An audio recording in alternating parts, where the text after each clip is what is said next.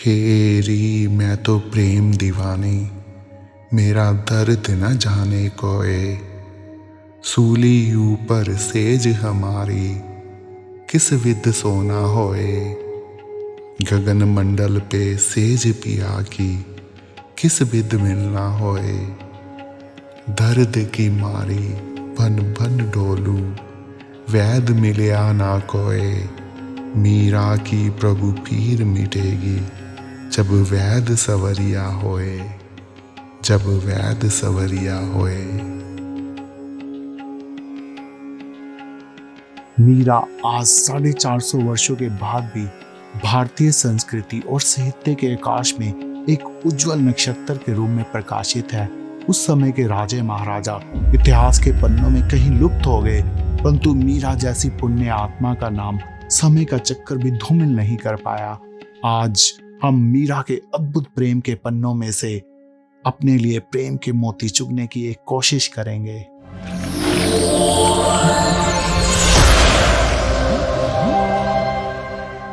मीरा एक ऐसा नाम है जो जुबान पर आते ही चित्त में प्रेम की अनुभूति स्वयं होने लगती है।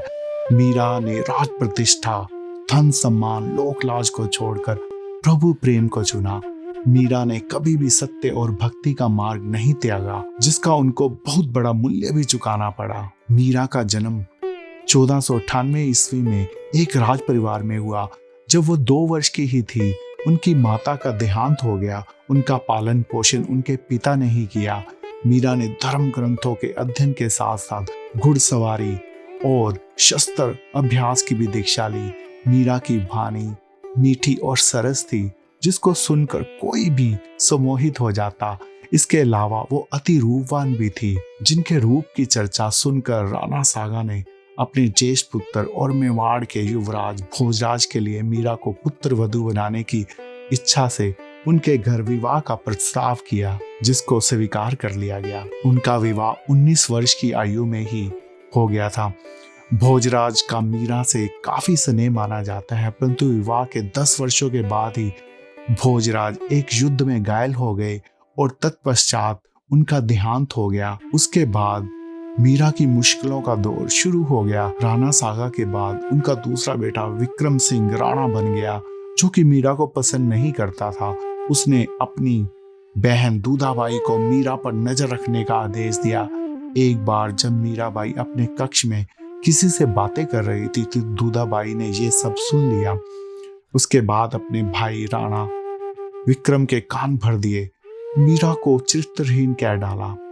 राणा विक्रम अपनी तलवार खींचकर उसी समय मीरा के कक्ष की तरफ दौड़े। जैसे ही वो कक्ष का द्वार खोला तो वह स्तंभ रह गए। उनको कक्ष में चारों ओर मीरा ही मीरा दिखाई दे रही थी। मीरा अपने प्रेम में अपने कृष्ण से बातें कर रही थी। राणा घबराकर कक्ष से बाहर आ गया। अब दूधाबाई जब कक्ष में गई तो मीरा से प्रकाश की आभा निकल रही थी, जिसको देखकर मीरा पर मोहित हो गई। मन ही मन दुखी भी हुई, क्योंकि उसने मीरा जैसी पुण्य आत्मा को बहुत कष्ट दिया था।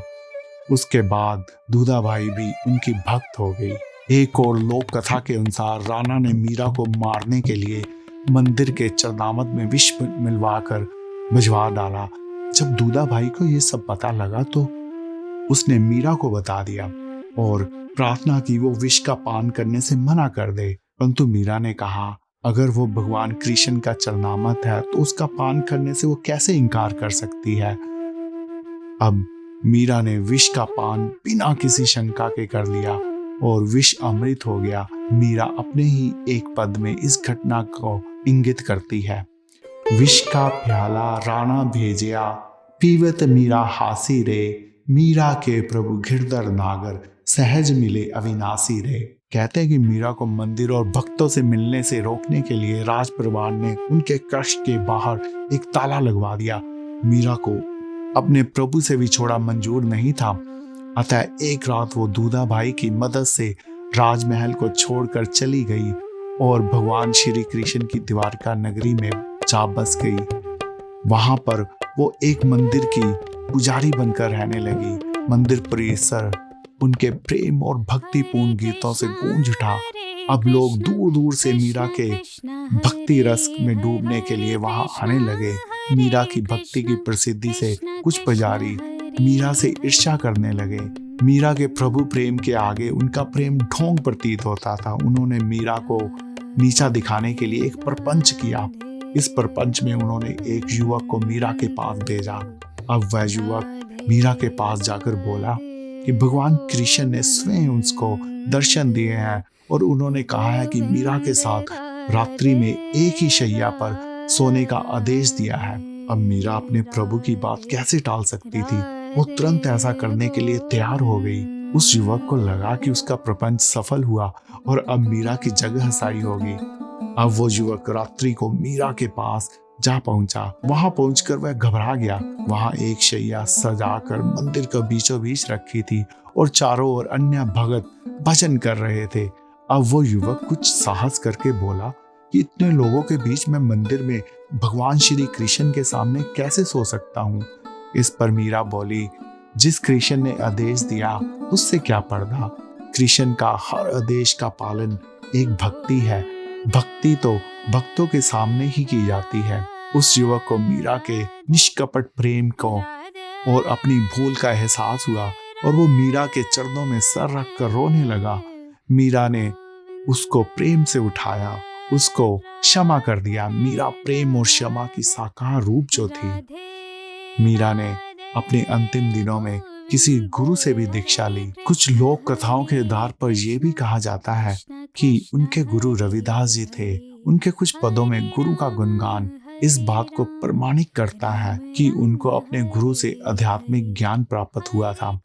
पायो जी महे तो राम रतन धन पायो, वस्तु अमोलक दी मारे सतगुरु, कृपा कर अपनायो, जन्म जन्म की पूंजी पाई, जग में सभी खवायो, खर्च न कूटे चोर न लूटे, दिन दिन बढ़त सवायो, संत की नाव खवेटिया सतगुरु, भव सागर तर जायो, मीरा के प्रभु गिरधर नागर, हरख हरख जस पायो।